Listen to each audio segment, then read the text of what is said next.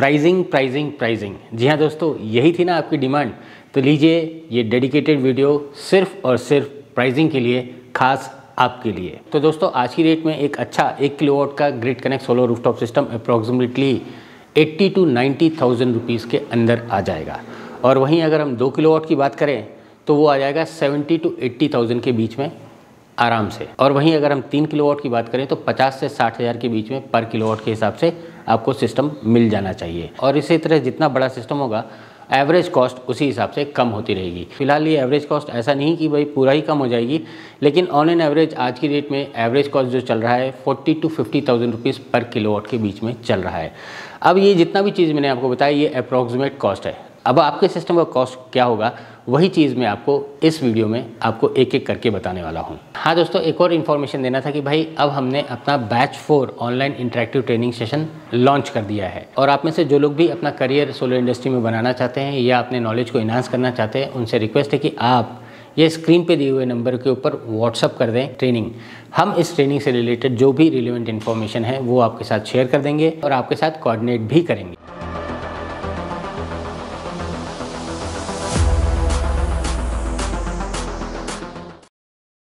जी हाँ दोस्तों, सबसे पहले मैं आपसे रिक्वेस्ट करूंगा कि आप एक पेन और एक कॉपी लेके बैठ जाएं और इस वीडियो को फुर्सत में एंड तक देखिए। क्या है कि इस वीडियो में मैं आपको कुछ टिप्स एंड ट्रिक्स भी बताऊंगा जो आप अगर कंसिडर करेंगे तो आप अपने लिए एक सही सिस्टम का या आप खुद अपने सिस्टम की कॉस्टिंग निकाल पाएंगे। फिलहाल जो लोग ऑलरेडी इस इंडस्ट्री में काम कर रहे हैं वो इस वीडियो को अपने प्रॉस्पेक्ट यानी कि कस्टमर के साथ शेयर कर सकते हैं। लेट देम डिसाइड, उनको खुद पता रहना चाहिए या वो खुद पता कर सकते हैं कि भाई आखिर इस सिस्टम के अंदर कौन कौन से कंपोनेंट्स होते हैं और उनके क्या कॉस्टिंग होती है। ऐसा नहीं कि भाई 50,000 में हमको सिस्टम चाहिए, तो उनको पता रहना चाहिए कि भाई 50,000 में आखिर उनको क्या मिलने वाला है। तो दोस्तों चलिए अपने वीडियो के टॉपिक के साथ आगे बढ़ते हैं और समझ लेते हैं कि भाई ये सिस्टम की प्राइसिंग यानी कि 2022 में ये सिस्टम की प्राइसिंग कैसी रहेगी। आगे बढ़ने से पहले हम अपने सपोर्टर यानी कि ईवो का तहे दिल से धन्यवाद देना चाहेंगे कि भाई उन्होंने हमें ये वीडियो के लिए जो रिलेवेंट कंटेंट था वो हमें प्रोवाइड किया। आप लोगों की जानकारी के लिए बता दूं कि भाई ईवो के खुद के इन्वर्टर्स हैं और खुद के सोलर मॉड्यूल्स भी हैं। जी हाँ दोस्तों, they are manufacturers of solar inverters as well as solar modules. और ख़ास बात ये भी है कि भाई उनके इन्वर्टर्स 10 साल की वारंटी के साथ आते हैं और वहाँ पे 72 आवर्स रिप्लेसमेंट की गारंटी है। तो चलिए सबसे पहले हम इन सिस्टम के कंपोनेंट्स को एक साथ अरेंज कर लेते हैं। तो सबसे पहले बात आती है इन्वर्टर की। जी हाँ दोस्तों, ये है दिमाग। उसके बाद आता है राइट हैंड साइड में हम बात करेंगे तो जो डीसी साइड है उसमें आता है डीसी डीबी बॉक्स। उसके साथ उसका डीसी साइड का अर्थिंग होती है और उसके साथ आपका मॉड्यूल्स होते हैं। ये हो गया आपका लेफ्ट साइड वाला पार्ट यानी कि मॉड्यूल्स, वहाँ से आपका डीसी वायरिंग, आपका डीसी डीबी बॉक्स, उसके बाद आपका इन्वर्टर। तो ये हो गया पूरा डीसी साइड। उसके बाद चूँकि ये इन्वर्टर ये दिमाग है, ये डीसी को एसी करने वाला है। उसके बाद आपका एसी का साइड पकड़ लेते हैं। तो इन्वर्टर के बाद आपका निकलता है एसी साइड की वायरिंग और वहाँ पे आता है एसी डीबी बॉक्स और एसी डीबी बॉक्स के साथ आपका एसी साइड की अर्थिंग। साथ ही में फिर आपकी वायरिंग चली जाएगी आगे आपका जनरेशन मीटर पे। जनरेशन मीटर के बाद आपका आ जाता है नेट मीटर और उसके बाद आता है आपका ग्रिड, जहाँ पे आप इस सिस्टम को सिंक्रोनाइज़ करेंगे। तो ये सब चीज़ें एक एक करके मैं आपको बताऊंगा क्या होता है, क्यों होता है और इसकी क्या कॉस्टिंग होगी। Let's begin. तो सबसे पहले आपको आपके सिस्टम का इन्वर्टर सेलेक्ट करना होता है। जी हाँ दोस्तों, दिमाग उस सिस्टम का सबसे पहले आपको सेलेक्ट करना होता है। क्या है कि ये जो इन्वर्टर है यही बेसिकली आपके जो डीसी है उसको एसी में कन्वर्ट करेगा और जो ग्रिड के साथ सिंक्रोनाइज़ करना होता है काम वो यही करने वाला है। और हाँ, यहाँ पे एक चीज़ और बता दूं कि भाई जब तक ग्रिड अवेलेबल है तब तक ये इन्वर्टर काम करेगा, क्योंकि ये ग्रिड सिंक्रोनाइज्ड इन्वर्टर है। और यहाँ पे आज की डेट में डीसी साइड ओवरलोडिंग की भी बात की जाती है। ये एक डीसी साइड में आपको शॉर्ट में समझा देता हूँ डीसी साइड ओवरलोडिंग होता क्या है। क्या है कि भाई आपको ही मालूम है कि भाई सपोज़ आपने 1 किलोवाट का सिस्टम लिया तो ऑब्वियस सी बात है कि भाई आप 1 किलोवाट यानी कि 1000 वाट्स के मॉड्यूल्स लगाएंगे, यानी कि सोलर मॉड्यूल्स 1000 वाट का रहेगा और वो कनेक्टेड रहेगा 1 किलोवाट के इन्वर्टर के साथ। अब क्या होगा, ये 1000 वाट्स के जो मॉड्यूल्स हैं ये 1000 वाट्स तब जनरेट करेंगे जब वो स्टैंडर्ड टेस्ट कंडीशन में आएंगे। ऑब्वियस सी बात है कि भाई स्टैंडर्ड टेस्ट कंडीशन हर बार तो मिलेगा नहीं, तो इतना अज्यूम किया जाता है कि भाई जो भी यहाँ से जनरेट होगा, या सॉइलिंग लॉस पकड़ लो या ट्रांसमिशन लॉस पकड़ लो या वायरिंग लॉस पकड़ लो या जो भी जितने भी लॉसेस पकड़ लो, तो 1000 का आपको मोटा मोटी यहाँ तक पहुँचते पहुँचते या आउटपुट तक पहुँचते पहुँचते आपको 1000 का कुछ लॉसेस तो हो गए ही होंगे। तो जनरली यहाँ पे पकड़ा जाता है कि भाई 15 से 20% लॉसेस तो होने ही होने हैं। यानी कि 1000 का आपने इनपुट दिया तो यहाँ पे आउटपुट पे आपको 800 वॉट पीक ही मिलेगा। ठीक, तो ये कितना लॉस हो गया? 20% लॉस हो गया। तो इसी साइड को ध्यान में रख के आज की डेट में जो इन्वर्टर्स आ रहे हैं मार्केट में वो डीसी साइड ओवरलोडिंग के साथ आ रहे हैं। मतलब कि आपको 10% ओवरलोडिंग के साथ, 20% ओवरलोडिंग के साथ, कई जगहों पे तो 40% ओवरलोडिंग के साथ ये इन्वर्टर्स मार्केट में मिल रहे हैं। और हाँ दोस्तों, ये जो डीसी साइड ओवरलोडिंग है इससे जो अप्रूवल्स है या जो सैंक्शन बोल सकते हैं उसमें कोई ज़्यादा फ़र्क नहीं बैठता। क्या है कि भाई आपका इन्वर्टर आगे उतना ही देगा जितना अप्रूव्ड है या जितना कहते हैं सैंक्शनड है या जिसका आपको अप्रूवल मिला है।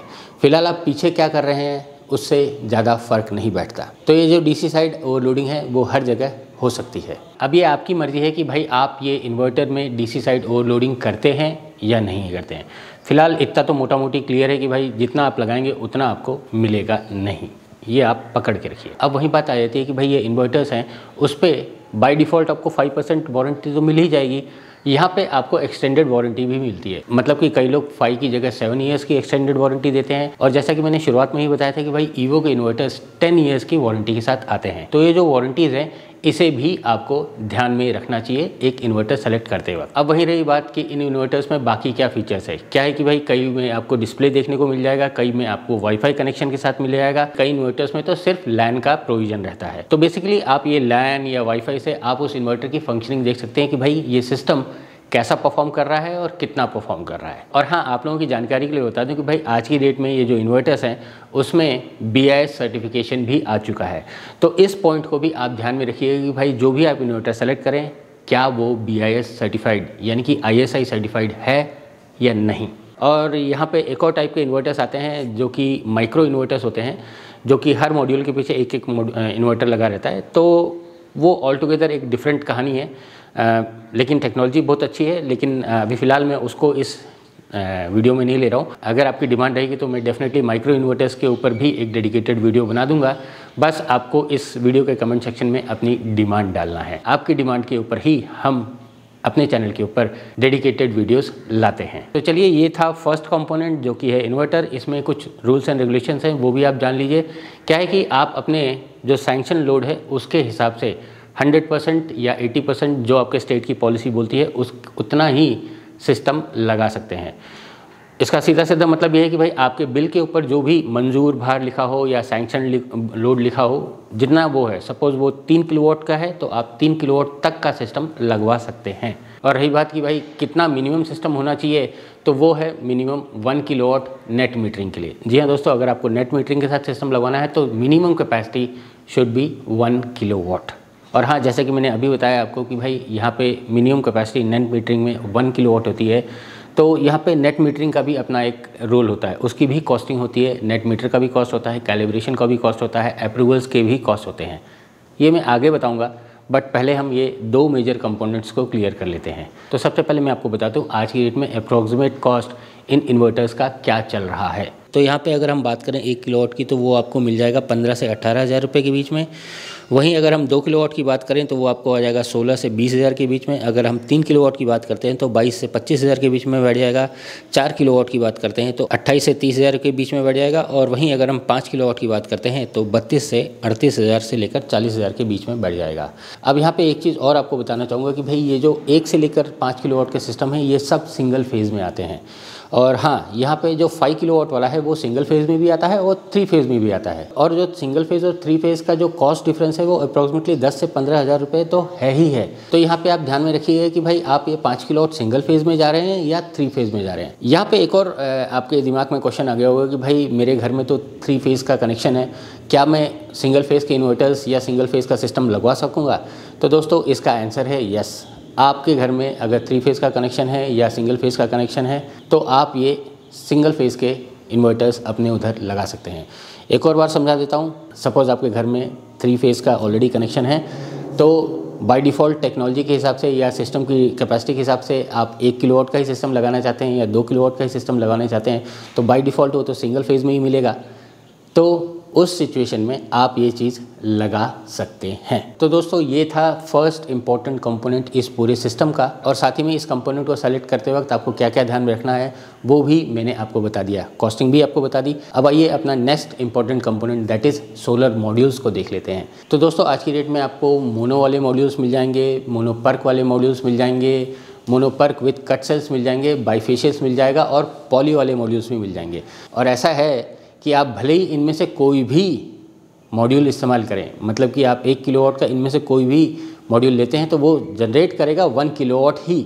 द ओनली थिंग इज़ जो एफिशिएंसी की बात होती है उससे जो स्पेस रिक्वायरमेंट है वो कम हो जाता है। मतलब कि अगर आप हाई एफिशिएंसी के मॉड्यूल्स लेते हैं तो उतना स्पेस कम लगेगा। और आज की डेट में आप देखेंगे मार्केट में आपको मोनोपर्क विद कट सेल्स के मॉड्यूल्स सबसे ज़्यादा मार्केट में मिलेंगे।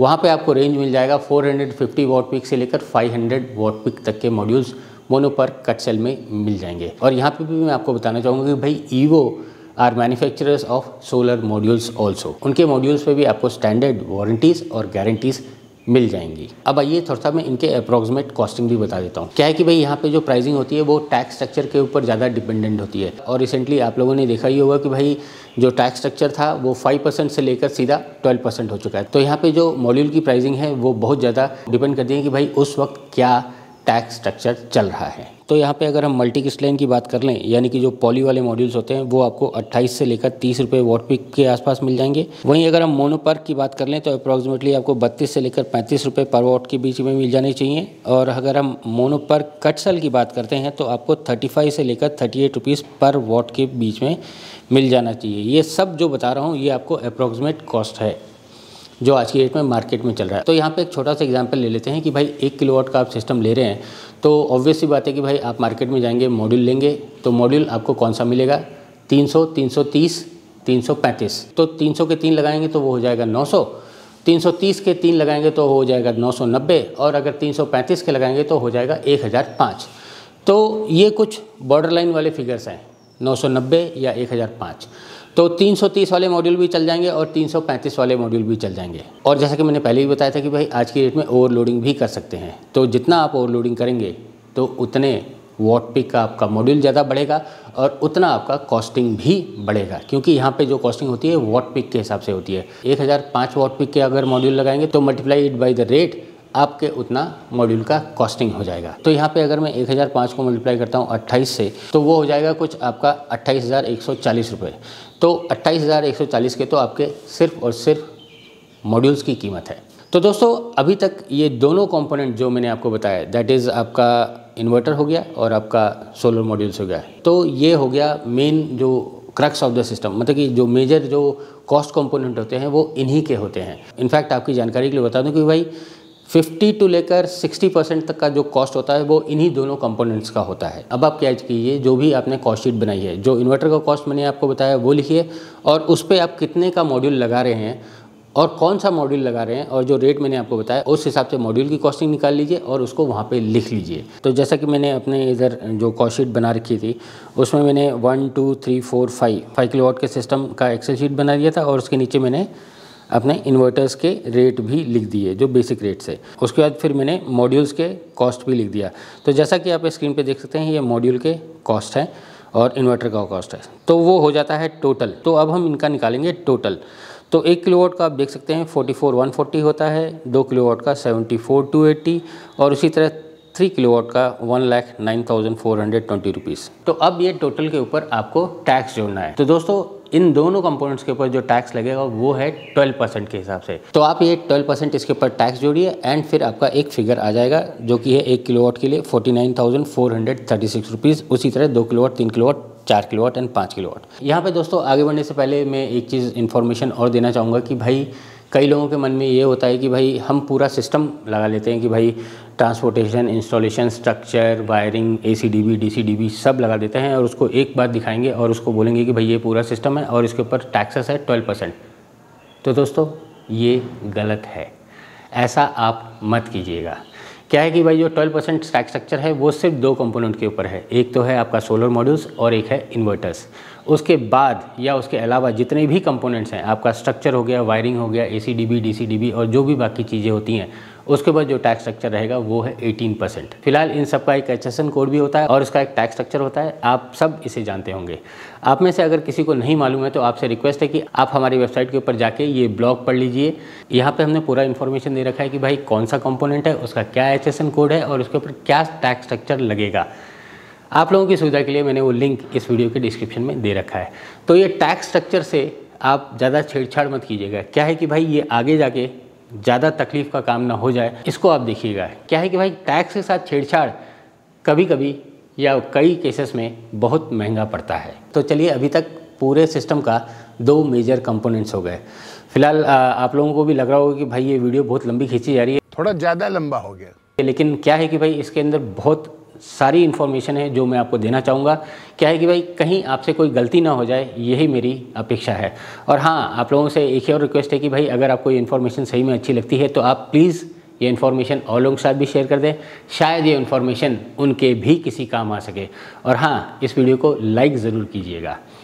तो चलिए अब बाकी के कंपोनेंट्स देख लेते हैं, जो कि है structure, wiring, DCDB, ACDB, earthing, generation meter, net meter और बाकी चीज़ें। तो चूँकि ये मॉड्यूल्स को आपको माउंट करना है तो आपको एक प्रॉपर स्ट्रक्चर लगेगा। तो आज की डेट में जो एमएनआई ने रिकमेंड कर रखा है वो है आपका GI, HDGI, एल्यूमिनियम और MS। तो जैसा आपका एलिवेशन रहेगा या जैसी आपकी रिक्वायरमेंट होगी उस हिसाब से आपको मेटल सेलेक्ट करना है और उस हिसाब से आपको कॉस्टिंग भी बैठेगी। फिलहाल आपको ही मालूम होगा कि भाई अलग अलग टाइप के छत होते हैं। कई जगहों पे आपका RCC का छत होता है, कई जगहों पे आपका एस्बेस्टस की छत होती है, कई जगहों पे आपका मेटल की छत होती है। तो जैसे ही छत होती है उस हिसाब से आपका स्ट्रक्चर भी रहता है। लेकिन जैसा कि मैंने पहले ही बताया कि भाई यहाँ पे आपको जो रिकमेंडेड मेटल्स हैं वो है आपका एल्यूमिनियम, GI, HDGI, MS। तो अगर आपके छत के ऊपर GI की शीट लगी हुई है तो ऑब्वियस सी बात है कि भाई वहाँ पे आप ज़्यादा हैवी लोड तो डालोगे नहीं, तो वहाँ पे आप पर्लिन और राफ्टर्स उसी तरह से लगाओगे और उसके ऊपर आप सिस्टम माउंट कर दोगे। तो जनरली देखा गया है कि भाई GI शीट्स के ऊपर आप एल्यूमिनियम के पर्लिन्स और राफ्टर्स लगाते हैं एंड उसके ऊपर आपका मॉड्यूल माउंट हो जाता है। और वहीं अगर हम RCC की बात कर लेते हैं, यानी कि आपका छत RCC की बनी हुई है, तो वहाँ पे आपका हॉट डिप गैल्वेनाइज वाले स्ट्रक्चर्स जनरली इस्तेमाल होते हैं। हाँ, यहाँ पे एक बार आप ध्यान में रखिए कि आपका जो अगर RCC के ऊपर सिस्टम लग रहा है तो वहाँ पे जो मिनिमम गैप होना चाहिए from the terrace to the bottom of the module, it should be not less than 300 mm। जी हाँ दोस्तों, मिनिमम 300 mm का गैप होना चाहिए, सो दैट वहाँ पे कोई एयर लॉक ना हो और वहाँ पे आप इजीली कुछ और भी काम कर पाएँ। साफ़ सफाई या कहीं कुछ और अटकना नहीं चाहिए। और हाँ, यहाँ पे एक और चीज़ बताना चाहूँगा कि भाई आप यहाँ पे C sections, I sections, L sections यही इस्तेमाल करें। यहाँ पे आप स्क्वायर सेक्शन और राउंड सेक्शंस को अवॉइड ही करें। क्या है कि भाई ये सिस्टम्स अगले 25 साल तक चलना चाहिए, तो आपका स्ट्रक्चर भी तो वैसा ही होना चाहिए। अगर आपका स्क्वायर सेक्शन होगा या ट्यूब होगा तो उस ट्यूब के अंदर या स्क्वायर सेक्शन के अंदर क्या हो रहा है, रस्ट हो रहा है, क्या नहीं हो रहा है, तो पहली बात तो आपको पता नहीं लगेगा। अगर पता भी लग गया तो आप उसका क्या कर सकते हैं, कहीं उसका कोई क्योरिंग तो हो नहीं सकती है।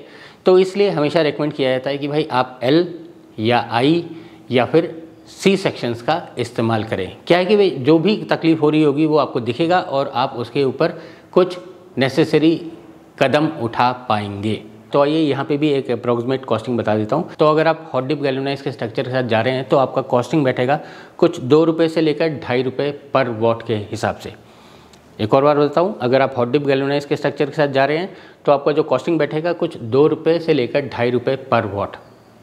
कैसे कैलकुलेशन करना है वो भी आपको बता देता हूँ। 1005 वॉट पीक के मॉड्यूल लिए थे, 1005 मल्टीप्लाइड बाई 2, तो ये आपका स्ट्रक्चर का कॉस्ट हो जाएगा। अब उसी तरह अगर आप एल्युमिनियम में स्ट्रक्चर लेते हैं तो आपका वो कॉस्टिंग बन जाएगा 1 से लेकर 2 रुपये के बीच में। क्या है कि भाई एल्युमिनियम के बड़े बड़े स्ट्रक्चर्स नहीं बनते, उसमें सिर्फ राफ्टर्स और पर्लिन लगते हैं, तो वहाँ पे चूँकि बहुत ही कम स्ट्रक्चर लगने वाला है तो अप्रॉक्सीमेट कॉस्टिंग 1 रुपये से 2 रुपये के बीच में आ जाती है। और वहीं अगर हम बात करते हैं कि भाई हाई राइज स्ट्रक्चर की, मतलब कि कुछ उठा के अगर आप स्ट्रक्चर लगाते हैं तो वहाँ पे कॉस्टिंग आपका आ जाएगा कुछ 6 रुपये से लेकर 12 रुपये के बीच में। 6 रुपये से 12 रुपये इसलिए बोल रहा हूँ क्योंकि कितना उठा रहे हैं, कौन सा मेटल इस्तेमाल कर रहे हैं, इस पे सब कुछ डिपेंड करता है। मतलब कि ज़्यादा हाई राइज रहेगा तो ऑब्वियस सी बात है कि वो MS के स्ट्रक्चर्स रहेंगे और स्ट्रक्चर का वेट भी बहुत तगड़ा रहेगा और स्ट्रक्चर की स्ट्रेंथ भी उसी हिसाब से बरकरार रखनी होगी, तो उस हिसाब से उसकी कॉस्टिंग भी बढ़ेगी। तो मोटा मोटी ये होता है स्ट्रक्चर की कॉस्टिंग। अप्रॉक्सीमेटली आप पकड़ के चलिए हर जगह हॉट डिप गैल्वेनाइज लग रहे हैं तो 2 रुपये से 2.5 रुपये पर वॉट के हिसाब से आपका स्ट्रक्चर लग जाना चाहिए। अब चूंकि हम 1 से लेकर 5 किलोवाट की कॉस्टिंग एक साथ बता रहे हैं तो जैसा कि आप स्क्रीन पे देख सकते हैं यहाँ पे मैंने स्ट्रक्चर का भी कॉस्ट ऐड कर दिया है। अब आइए एक और इम्पॉर्टेंट कंपोनेंट का कॉस्टिंग और रिलेवेंसी समझ लेते हैं, जो कि है ACDB और DCDB।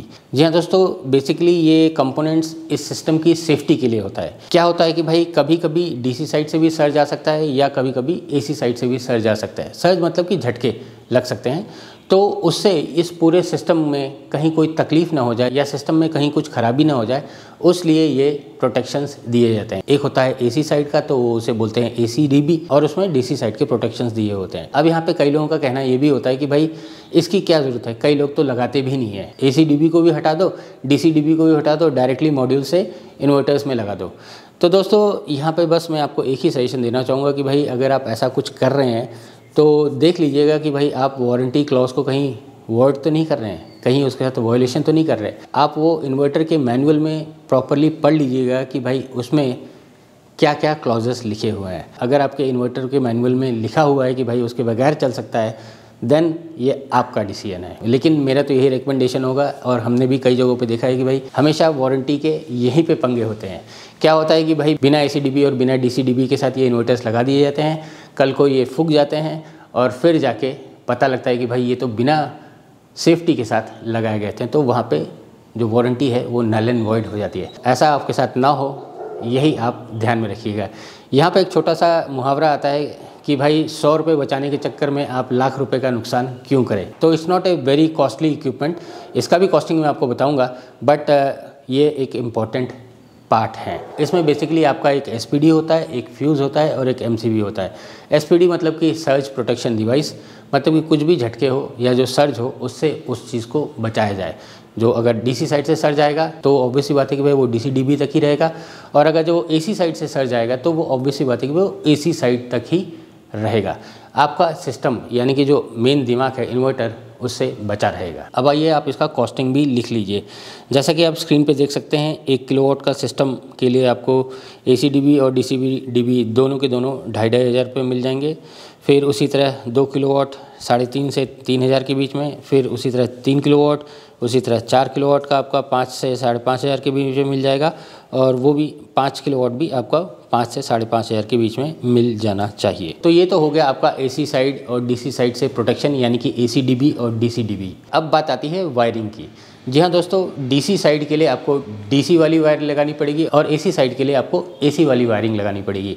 ऐसा नहीं कि भाई एक ही वायरिंग दोनों जगह चल जाए। क्या होता है कि भाई ये जो मॉड्यूल्स होते हैं ये बाहर रहते हैं, वहाँ पे धूल धक्कड़ धूप पानी हमेशा चलते ही रहते हैं। तो यहाँ पे जो DC साइड की जो वायरिंग होती है वो स्पेशल वायरिंग होती है। ये DC साइड की जो वायरिंग होती है वो XLPE ग्रेड की होती हैं।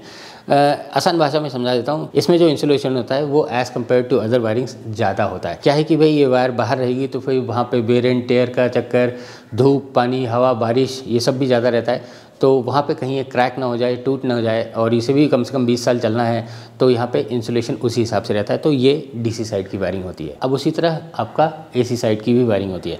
तो ये जो वायरिंग होती है, ऑब्वियसली बात है कि भाई जितने मीटर वायर खींचेगी उतने आपका कॉस्ट रहेगा। तो यहाँ पे जो आपका वायरिंग का कॉस्ट होता है वो मीटर के हिसाब से होता है। तो आप मोटा मोटी अंदाजे के लिए लिख लीजिए कि भाई अगर आप DC साइड की वायरिंग कर रहे हैं तो आपका वो 70 रुपीज़ पर मीटर के अंदर तो बैठ ही जाना चाहिए, मतलब कि लगा के उसके ऊपर पूरा कवरिंग ववरिंग या केसिंग के साथ वो लग जाना चाहिए। और वहीं रह गई AC साइड की वायरिंग, तो आपको 60 रुपये के अंदर बैठ जाना चाहिए। तो जैसा कि आप स्क्रीन पे देख सकते हैं, यहाँ पे मैंने अप्रॉक्सीमेट लिया था कि भाई 10 मीटर आपका DC साइड वायरिंग लगेगी और AC साइड आपका 20 मीटर लगेगी।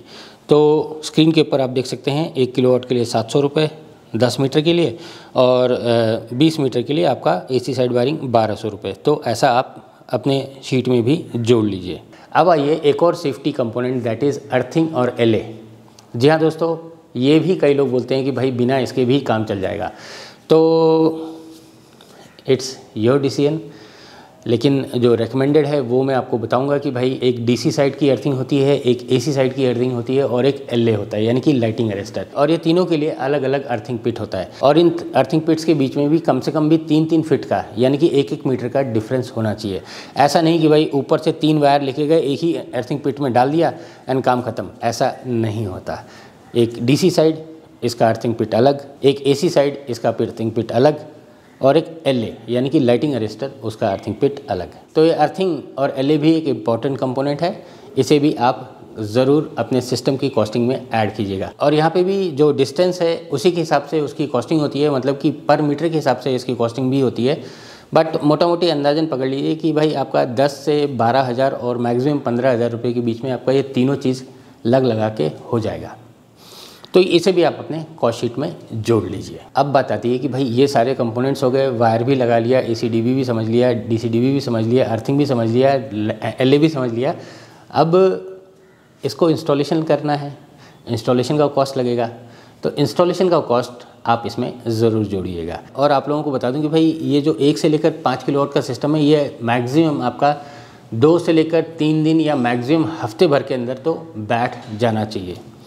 अगर इससे ज़्यादा हो रहा है, अगर इससे ज़्यादा टाइम लग रहा है, तो ऑब्वियसली बात है कि भाई जो इंस्टॉलर है उसका खर्चा या उसका लॉसेस ज़्यादा हो जाएंगे। तो हर इंस्टॉलर यही कोशिश करता है कि भाई ये सिस्टम आपके उधर जल्द से जल्द लग जाए। और यहाँ पे भी आपको एक टिप देना चाहूँगा कि भाई जो भी आपके उधर इंस्टॉलेशन करने आए उसका देख लीजिएगा कि भाई आप उसके पास प्रॉपर टूल्स हैं लगाने के लिए। क्रिम्पिंग टूल है, टेस्टर है, प्रॉपर सेफ्टी गैजेट्स है, सेफ्टी इक्विपमेंट्स है। कहीं ऐसा तो नहीं वो आपके घर के ऊपर छत के ऊपर चढ़े और कुछ हादसा हो जाए और आप परेशानी में आ जाए।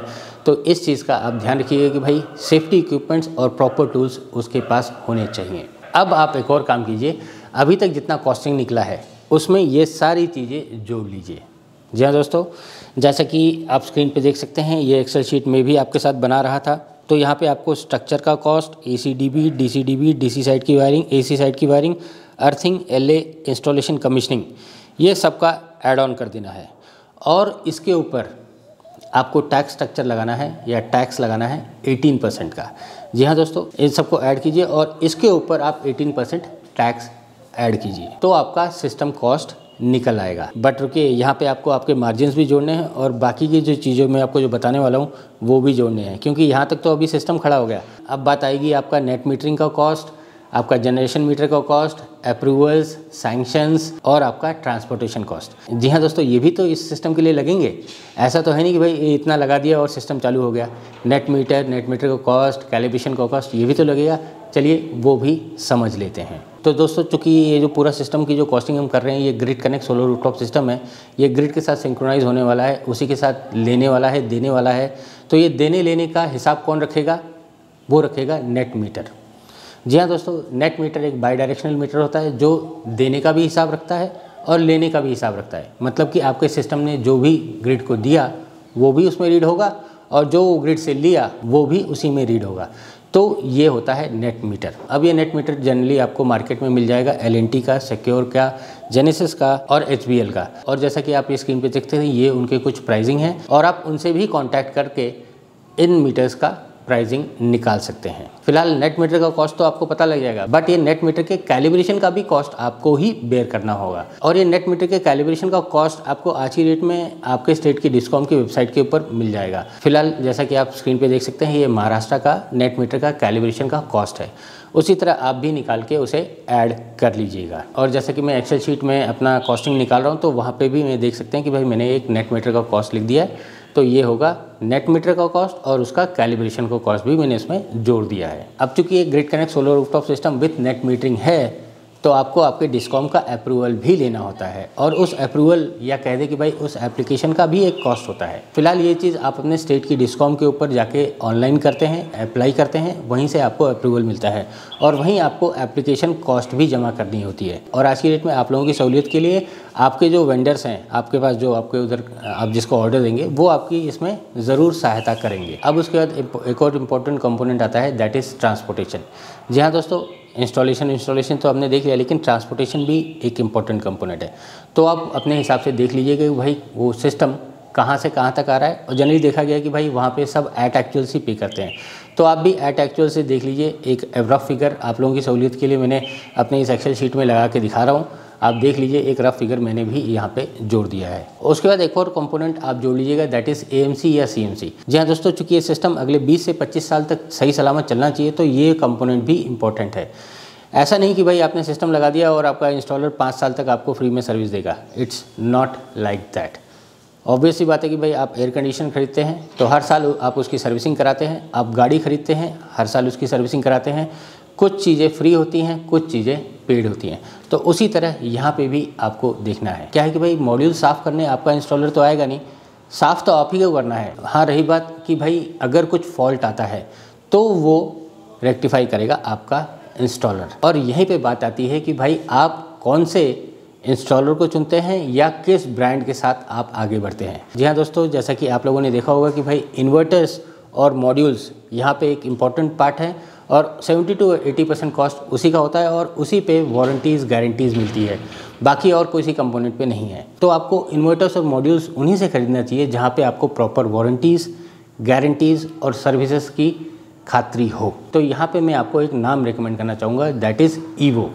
जी हाँ दोस्तों, जैसे कि मैंने शुरुआत में भी बताया था और अभी भी बताता हूँ कि भाई ईवो के दोनों कंपोनेंट्स हैं। वो मॉड्यूल भी मैन्युफैक्चर करते हैं और वो इन्वर्टर्स भी मैन्युफैक्चर करते हैं और उनके इन्वर्टर्स BIS अप्रूव्ड हैं और उसके ऊपर 10 ईयर्स की वारंटी मिलती है। और इसीलिए मैं आपको उनका नाम रिकमेंड कर रहा हूँ, क्योंकि ऐसा ना हो कि भाई इन्वर्टर में प्रॉब्लम है तो आप इन्वर्टर वाले के पीछे घूम रहे हैं, मॉड्यूल में प्रॉब्लम है तो आप मॉड्यूल वाले के पीछे घूम रहे हैं। अल्टीमेटली परेशानी तो आपको ही झेलनी है। तो आप किसी ऐसे ब्रांड का सिलेक्शन कीजिए या ऐसे सर्विस प्रोवाइडर का सिलेक्शन कीजिए जो आपको प्रॉपर सर्विस दे पाए। और इस सिस्टम के दोनों मेजर कंपोनेंट्स ईवो के पास मिलते हैं। और हाँ, जैसा कि आप स्क्रीन पे देख सकते हैं, ये पूरा सिस्टम की कॉस्टिंग तो निकल गई, 1 से लेकर 5 किलोवाट की सब मैंने आपको बता दिया।